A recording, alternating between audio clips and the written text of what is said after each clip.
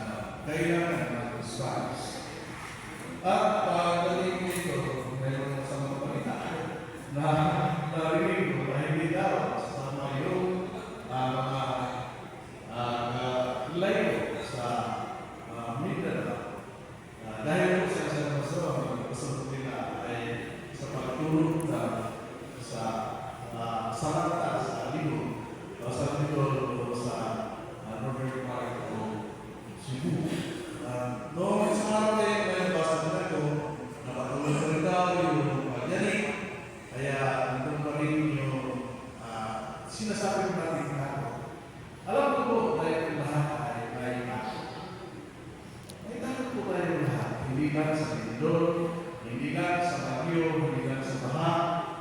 Mas lalo nagkatakot yung sitwasyon po tayo.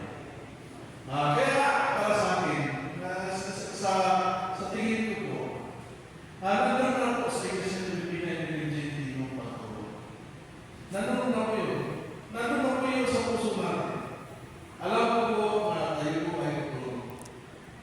Pero kung mas na tatawag tayo ng capacity building, buti ibig sabihin na may po pangangailangan ang life.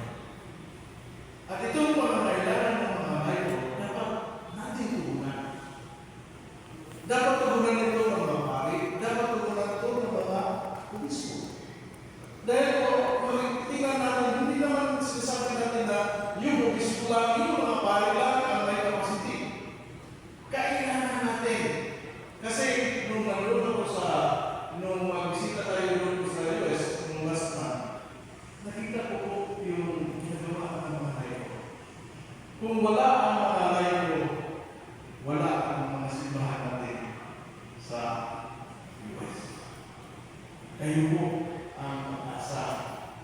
Yung mga pari